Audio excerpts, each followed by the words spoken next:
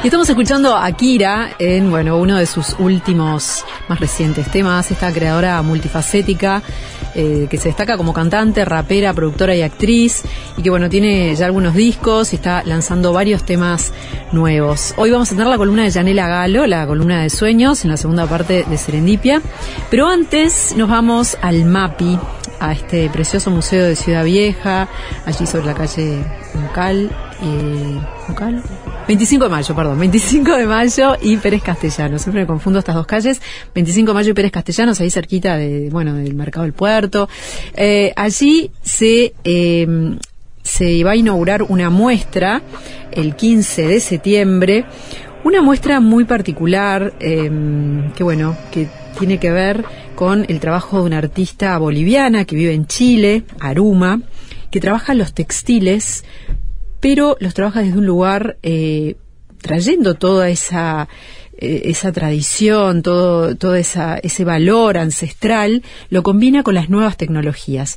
Y para hablar sobre su trabajo es que recibimos a Brian McKern, que es un artista muy reconocido también acá en nuestro medio, que usa muchísimo la tecnología, artista visual, que Brian tiene también una faceta como músico, compositor y creador de estructuras y entornos sonoro-visuales, autogenerativos y reactivos, que está, desplegando en esta muestra también.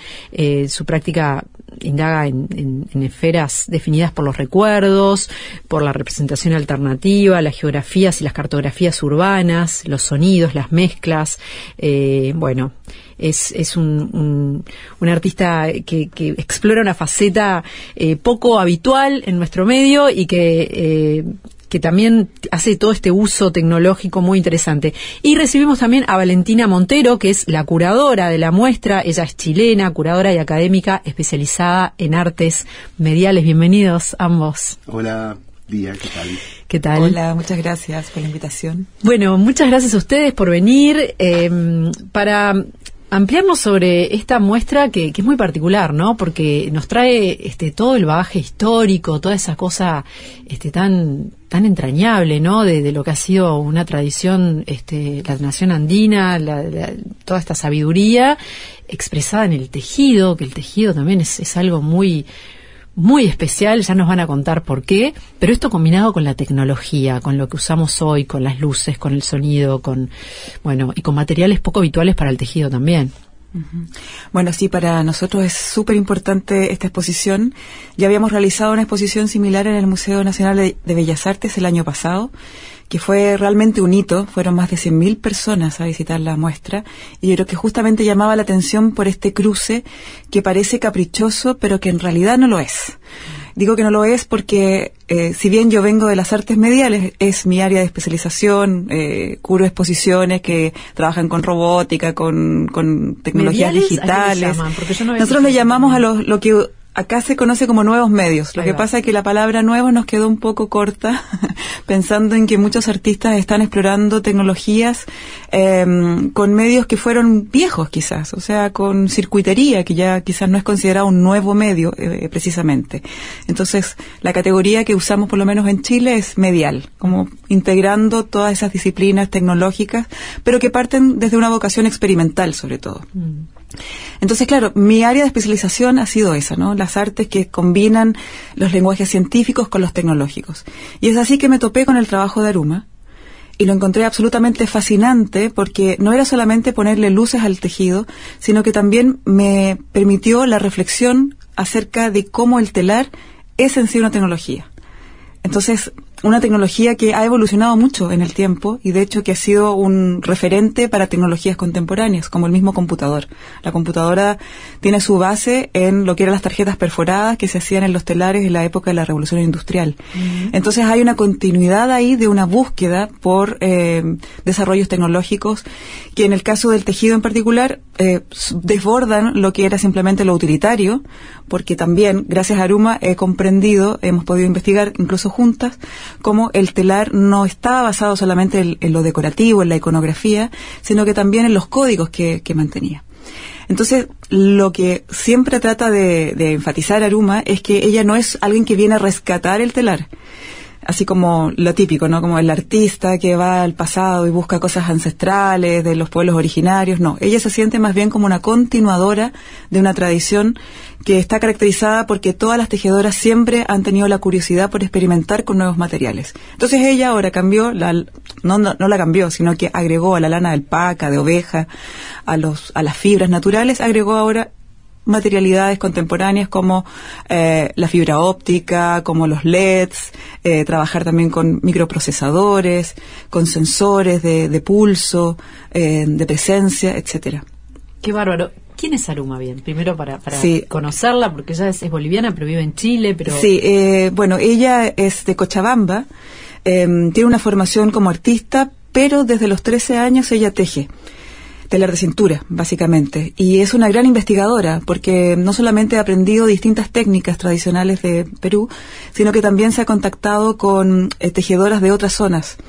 Ella se fue a vivir a Chile el año 2020, poco también buscando otros canales. De hecho, ahora está haciendo un doctorado en la universidad donde yo hago clases, y tiene este trabajo de investigadora y de artista. Bien, y bueno, y fue llegando a esta combinación, no solamente de toda su reflexión y esta combinación de nuevos elementos, sino que también la combinación con otras cosas como las luces, la sonoridad, que en eso entras, Brian. ¿Cómo te vinculás vos con Valentina, con Aruma? Bueno, a Valentina la conozco hace muchísimos años, nos conocimos en Barcelona hace, no sé, no podemos decir la cantidad de años. Y Aruma la conocí en un encuentro que llamó Indie en Bolivia, en La Paz, organizado por Daniel Rico en aquel momento, que justamente Daniel Rico anda por ahí, nos encontramos con Aruma el domingo pasado viendo tambores ahí por Palermo, y ya ahí estaba presentando cosas alucinantes. Ella era un encuentro y un festival de artes y nuevos medios que convocó gente de toda Latinoamérica. En La Paz, muy poderoso. Todos quedamos muy conectados a partir de ahí. Todos los participantes, había gente de México, de Argentina, de todos lados. Y bueno, y ya desde eso fue hace como 12, 13 años. Mantuvimos una relación profesional muy interesante. O sea, a mí me interesaba muchísimo lo que hacía, a ella le interesaba lo que yo hacía. Entonces fue como muy natural el encuentro para el Museo de Bellas Artes de Santiago, que fue el año pasado. O sea, ¿ella empieza esa investigación con luces contigo o con luces y sonido? No, ella venía, yo la conocí justo cuando estaba haciendo un quiebre en su investigación. Pero como dice Valentina, el telar estaba en ella desde niña. Claro. Y el telar de una manera además ancestral, ¿no? Eso que se pone en la cintura, las fibras, tienden hacia los árboles o ramas, ¿no? Es muy interesante. Entonces, eso no sabemos bien cómo es, ahora después lo explican bien. Entonces, bueno, nos encontramos el año pasado para esta muestra, y ella trabaja con algo que a mí me seduce mucho, que es el trabajo con los astros y los objetos celestes, y sobre todo ella desde el planteamiento como de proyección astronómica que tenían los tejidos. O sea que eso después lo podemos ampliar un poco. Hay varias investigaciones que están rescatando un poco lo que decía Valentina, que el textil no como algo utilitario, sino que también era la posición de la tejedora con respecto al mundo. Y hay algunos estudios que plantean como hipótesis bastante acertada que muchos textiles tienen proporciones cuyas diagonales marcan la inclinación del eje terrestre, por ejemplo, 23,5 grados. Ese tipo de cosas, ¿no? Sí, sí. O que marcan el solsticio, el equinoccio, según cómo se pone Es muy difícil de recuperar esa información, porque claro, fue todo saboteado, aniquilado en la época de la conquista, ¿no? Entonces se ha perdido muchísima información. Pero ahora, gracias a estos investigadores, se están planteando estas hipótesis y parecen bastante reales, bastante conducentes, o sea, se van demostrando de a poco, ¿no? Y bueno, y hablando con ella, el año pasado le hice un trabajo para su muestra de una instalación sonora, varias instalaciones sonoras, porque una muestra muy grande, era como la tercera parte del Museo de Bellas Artes, un espacio muy grande. y planteamos diferentes etapas sonoras, y una de ellas era la Cruz del Sur. Ella tiene una pieza muy bonita que va a estar acá en el MAPI, que es una representación de la Cruz del Sur a nivel textil y sonoro. Y ahí le hice un trabajo de sonificación, convertí en sonido las estrellas componentes de la constelación de la Cruz del Sur. Después tenía otra sala donde trabajaba con un desarrollo del tejido, pero a un nivel cristalográfico muy interesante. Eso no viene, no vino al MAPI, pero muy interesante, como hace preparados y soluciones de cristales que empiezan a desarrollarse, pero en base a un patrón de tejido. Es como más allá, un allende de la Cronenberg. Sí, medio Cronenberg, sí, parece, sí, son como un laboratorio extraño era. Y en ese aspecto, bueno, trabajé con otro tipo de sonificaciones que iban evolucionando siguiendo algoritmos de cristalografía. ¿No? En cómo se reproducen esos cristales. Vamos a escuchar un poco de estos sonidos, esta música que vos traes a esta instalación.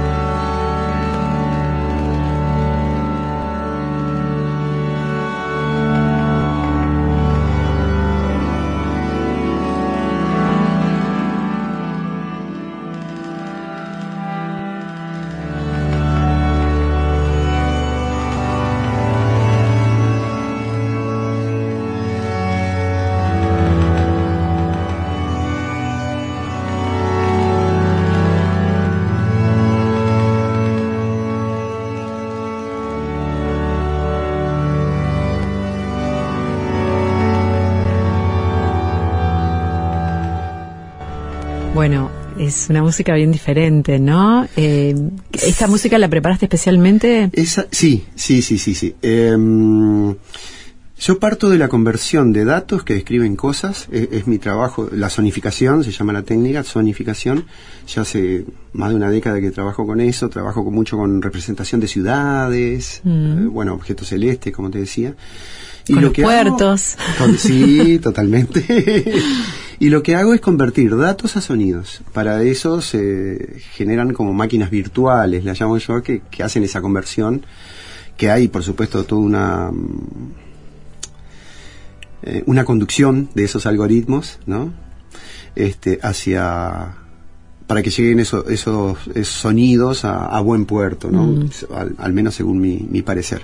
Yo llego a una paleta sonora a partir de esos datos. Esos datos que describen cosas son convertidos a sonidos. Si conocemos ese algoritmo conversor, cuando escuchamos algo sabemos de qué está hablando ese sonido. ¿Y esos sonidos cómo los elegís? O sea, porque, claro, entiendo que hay un patrón que refleja los datos, pero esa vibración, ese sonido, cómo es elegido? Bueno, por ejemplo, hay diferentes técnicas, hay 4 o 5, pero por contarte la más básica es cuando tenés números que describen cantidades pequeñas, por ejemplo, vos te das cuenta que si los pasás directamente a frecuencia, a hertz, por ejemplo, algo que valga, o sea, hay 700 personas en un lugar y lo pasás a 700 hertz directamente, o sea, ahí hay un algoritmo casi cero, ¿no? Porque pero un poco para ser ilustrativo. 700 Hz entra dentro del espectro auditivo, todo eso, y entonces digo, bueno, me quedo con una traslación directa de ese dato a Hz. Pero después hay operaciones mucho más complejas que se hacen, ¿no? Con otro tipo de datos. O, por ejemplo, con los sismos, o etcétera. O matanzas del pueblo Selknam, que lo he trabajado también en el sur de Chile. O sea, eventos te provocan unos sonidos. Exactamente. Eventos físicos de personas y de personas, movimientos. De áreas, de profundidades en un canal, en una bahía, de la cantidad de buques que entran a Montevideo. Eso se refleja en los hertz. Las temperaturas, claro. Los vientos que tenemos. Por ejemplo, he hecho trabajo sobre Montevideo, por supuesto. Una explosión sería algo muy fuerte, por ejemplo. ¿O no? Sí, podría ser.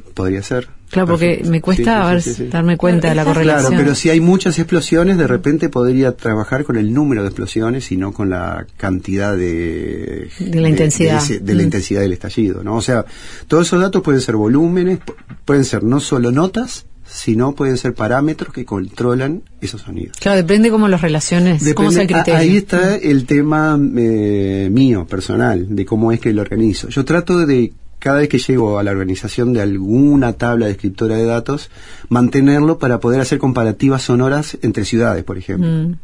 Entonces, bueno, la bahía, el estrecho Magallanes, por ejemplo, me suena muy distinto a la bahía de Montevideo, o a la bahía de Valparaíso, o a la bahía de Bahía, o a la entrada del Mersey y del Liverpool, que también lo trabajé. Eso tiene que ver con los sonidos que hay en ese ambiente. Es claro, pero los datos son los mismos, y yo los traduzco, pero me da distintos sonidos. Porque son números distintos, son agrupaciones de cuantificaciones de datos distintas, pero son los mismos datos. Por ejemplo, una curva de temperatura anual de Lisboa me va a dar distinto a la de Punta Arenas, por ejemplo. Claro. Y si yo uso el mismo algoritmo conversor, me voy a dar cuenta de que es más frío un lugar, o más ventoso, o que tiene más gente, o que pasan más buques, etcétera, ¿no? Según los datos que yo tomo. Sí. En el caso de Aruma, por ejemplo, lo que acabamos de escuchar, los sonidos, acá es más una musicalización, pero los sonidos con los que trabajo para lograr esa música son los sonidos a los que llegué convirtiendo datos de las estrellas de la Cruz del Sur a sonido, ¿no? Y a partir de ahí elaboré una composición. Es una gran abstracción también, ¿no? Sí, totalmente. Y claro. En el caso del tejido, no tanto. Ahí tenemos algo mucho más material. ¿Qué nos trae el tejido? Porque es algo material, pero también trae un montón de simbolismos y de conceptos, y adentro hay un mundo, ¿no? Claro, por mucho tiempo se pensó que el tejido era que tenía un fin utilitario, como habíamos mencionado antes, o decorativo, ¿cierto? Pero luego las investigaciones que se han hecho dan cuenta de que había trasladado ahí todo un universo conceptual, que tiene que ver con cuestiones también de orden espiritual, pero también incluso, como decía Brian antes, o sea, como una manera de representar fenómenos astronómicos, o sea, una manera de representar el territorio, los paisajes. O sea, cuando, por ejemplo, vemos un tejido con una trama lisa y luego una serie de fibras, esas fibras esas líneas pequeñas estaban representando, por ejemplo, las llanuras, y las otras las montañas o el cielo. Entonces hay una representación bien compleja. Incluso hay un tipo de diseño en los tejidos que son los tocapus, que son como cuadraditos, que por mucho tiempo también se pensaba que era simplemente decorativo porque se veía bonito, pero en realidad cada uno de esos tocapus contenía información específica. Por eso mismo es que Aruma, en esta exposición, ella nos va a mostrar unas obras que están basadas en los tocapus, pero que son códigos QR. Eso es muy fuerte, eso de la información concentrada, ¿no? En las tradiciones. ¿Por qué sucede? Bueno, como... ¿Por qué lo hacen? ¿Es como secretos, como cargarlo? Era por la misma razón que nosotros, o sea, que la cultura occidental desarrolló un lenguaje y una codificación. O sea, para guardar contenido, digamos. Exactamente, para traspasar por generaciones también una información. Entonces, por ejemplo, muchos de los tocapus se ha investigado que eran piropos. Ah, mira. Eran como frases bellas, ¿no? Como refranes, algo así. Entonces, eso se perdió, esa información, justamente por la invasión de los pueblos, o sea, de no se puede mantener ni oralmente. Muy poco, porque fue bastante perseguido. De hecho, hubo unas bulas así donde se establecía la prohibición de cualquier tipo de referencia que no tuviera que ver con la iconografía cristiana. Entonces, no sé, por ejemplo, esto en toda América, ¿no? En los pueblos de Centroamérica había un arte plumífero que era súper abstracto y que también contenía información, y luego eso se anuló y se obligó a la gente que sabía esa técnica a representar a la Virgen María. Entonces, como que hay un retroceso respecto a la complejidad que significa este acercamiento abstracto que tenían los pueblos originarios. Perdón, pero también como artefacto tecnológico por excelencia tenemos los quipús, claro, ¿no? Que eran artefactos de memoria donde guardaban números de muy altos de población o cultivo, lo que sea, eran aparatos de memoria, ¿no? Y los quipús desaparecieron todos, quedaron muy pocos. Claro. Claro. Entonces lo que se ha hecho es esta recuperación de ese saber que quedó medio perdido. Hay, por ejemplo, un texto fascinante de Guamán Poma de Ayala, que era un indígena que escribió y dibujó un texto de más de 1000 páginas donde él pretendía reclamarle al rey de España los abusos que estaban cometiendo los españoles contra su pueblo, pero que se convierte en una crónica que nos permite conocer el mundo andino. Esto recién se dio a conocer en 1913, porque lamentablemente nunca esta nueva crónica del buen gobierno, así se llamaba, nunca llegó a manos del rey como quería Guamán Poma de Ayala, que esto fue hecho más o menos en 1600. Pero hoy día nos permite entender la manera en que ellos comprendían la cultura, la manera en que estaban reflejando los problemas graves que estaban sufriendo en ese momento, y poder entender también la cosmovisión que tenían más allá de lo obvio, ¿no? de los dioses que tenían, sino que también cómo estaban entendiendo la relación con el entorno, sin esta separación tan drástica que tenemos en la cultura occidental entre el sujeto y la naturaleza, ¿no? Son increíbles los escritos que Valentina me mostraba, que visualmente parecen tejidos, porque empieza con franjas de letras muy grandes y de repente son letras chicas, renglones con letra pequeña, y después se ensancha, y uno lo ve abstrayéndose de la escritura y ve un textil. Hay como una poesía visual también, ¿no? Como una cosa. Porque en el fondo el tejido es eso, el tejido es texto también. Texto, textil, código, que es más o menos esa es la triada, ¿no? Es como escribir con los hilos, ir mezclándolos de una manera que vas codificando también. Claro, y además, y los nudos también, ¿no? Sí. Y además es muy bonito porque me contaba Aruma que las tejedoras, que están todavía vivas, por supuesto, el tejido es una práctica viva, le exigen a sus hijas que aprendan a tejer, no solamente para ganarse después por una cosa de sobrevivencia, sino que también para aprender a pensar y a resolver cosas del mundo. O sea, es como una trama, es un orden que de alguna manera después se expresaría en la vida cotidiana. Claro, muy bonito. O sea, hay una manera de hacer, ¿no? Que se va formando, se va volviendo un poco automática también, porque en el tejer está esa repetición, ¿no? Por más de que, bueno, que va como tejiendo cosas nuevas y introduciendo diseños y cosas diferentes, hay una entre comillas monotonía, ¿no? O repetición que también va fijando algo, ¿no? Va creando como un surco ahí, no sé. Es como una conciencia del tiempo encarnada en el cuerpo. Sí. Pensando también en el tipo de tejido que realiza Aruma, que es este tejido telar a cintura, donde el tejido está colgado a un árbol y amarrado a la cintura. Ahí va. Entonces, los palos típicos del telar, en el fondo, están sustituidos por la rama del árbol y el propio cuerpo de la tejedora, que va también graduando con su propio movimiento. Es muy fuerte. Es muy bonito eso. Sí. Y claro, nosotros hacíamos la comparativa como del telar con una computadora y decíamos, pucha, qué pena que nuestras tecnologías actuales sean tan frías, tan duras, que nos tienen corvados ahí como unos golem. Tan externas, ¿no? Y todo tan duro y frío. Y como limitado, es siempre lo mismo. Y en cambio esto estaba como encarnado, es como una computadora en el blanda. Centro del cuerpo, porque es el centro vital, ¿no? Exacto. Claro. Ahí está como un poco. Claro, de hay hecho, gente que cree que es un poco el corazón de la cosa, hasta ahí. Total, de hecho, Aruma hablaba como del ojo ombligo, como de entender el mundo no desde la cabeza. Es muy oriental, del centro ¿no? del cuerpo. Y a nivel indígena también se siente un poco esta cosa más, que también tiene que ver con la conexión con la tierra, ¿no? Exacto. Totalmente. Más hacia abajo es más esa conexión con la tierra que un poco a nivel occidental se ha perdido. La integrada a la tierra, ¿no? Claro, es totalmente lo contrario al pensamiento cartesiano del pienso luego existo, como que el yo se definiría solamente por nuestros pensamientos y no por nuestras sensaciones, no por nuestras pulsiones, ¿no? Ese es como el gran error de Descartes, de decir que el hombre masculino quizás sí, pero que el ser humano se define solamente por lo que piensa y no que pensamos también con el cuerpo. Eso, como que no hay un reconocimiento que ese pensar está a nivel como celular, ¿no? Que va más allá de la cabeza, que está en todo el cuerpo. Bueno, y después biólogos como Francisco Varela justamente van en contra de esa idea que fue hegemónica por tanto tiempo, ¿no? En la cultura occidental moderna. Claro.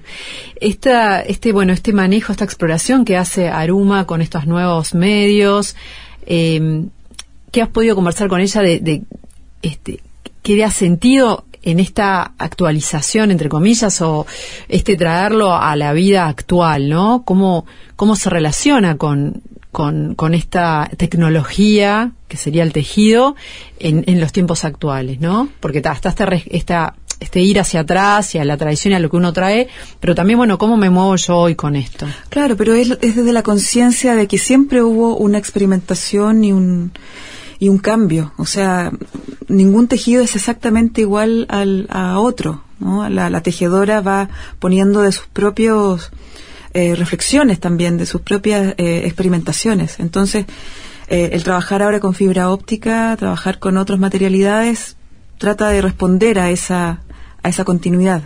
Y sobre todo la búsqueda del brillo, que es lo que... Claro. El principal tema de abordaje de Aruma es algo que es ancestral, o sea, siempre se buscó ese brillo, o por contraste de color, o por integración de nuevas fibras, etcétera, ¿no? Ella busca materiales, más que nada ahí. Y Aruma continúa con eso. Hay una diferencia muy grande con lo del Museo de Bellas Artes de Santiago del año pasado, con la muestra. Claro, era una muestra más grande, ¿no? Sí, 40 pero piezas. Me parece interesante igual resaltarla, que Aruma va más allá de lo resplandeciente y apuesta al sol en esta oportunidad. Entonces hay muchísimos... hay una instalación hermosa referida al sol y que también sigue planteando con esto que te decía estos diagramas de textiles que podrían plantear situaciones astronómicas y todo eso, la inclinación del eje de la Tierra, que es fundamental para las estaciones, para definir los solsticios, equinoccios en la Tierra, ¿no? Entonces hay un trabajo sobre el sol, también a nivel sonoro, incorporó, o sea, todos los temas, por decirlo de alguna manera, los tracks que hago son de 8 o 20 minutos, que es lo que tarda la luz del sol en llegar a la Tierra, y el contenido y la textura sonora contiene toda información del sol y genera como una urdimbre también, a mí me gusta verlo así, como un tejido sonoro que se incorpora al tejido de Aruma, ¿no? O sea, lo he trabajado como afectivamente desde ese lado, como tratando de ir tejiendo junto a ella, con sonido, ¿no? Los sonidos, y hay luces también. Y luces, por supuesto. Que las luces... ¿ella se encarga de las luces o cómo es el tema de las luces? Ella programa, las luces son del tejido mismo. Del los tejido. Tejidos son resplandecientes. Y ella se encarga de programarlos, ha estudiado muchísimo el tema tecnológico y hace las programaciones, arduinos y sensores y esas cosas, y hay una instalación hermosa que solo por esa instalación vale la pena.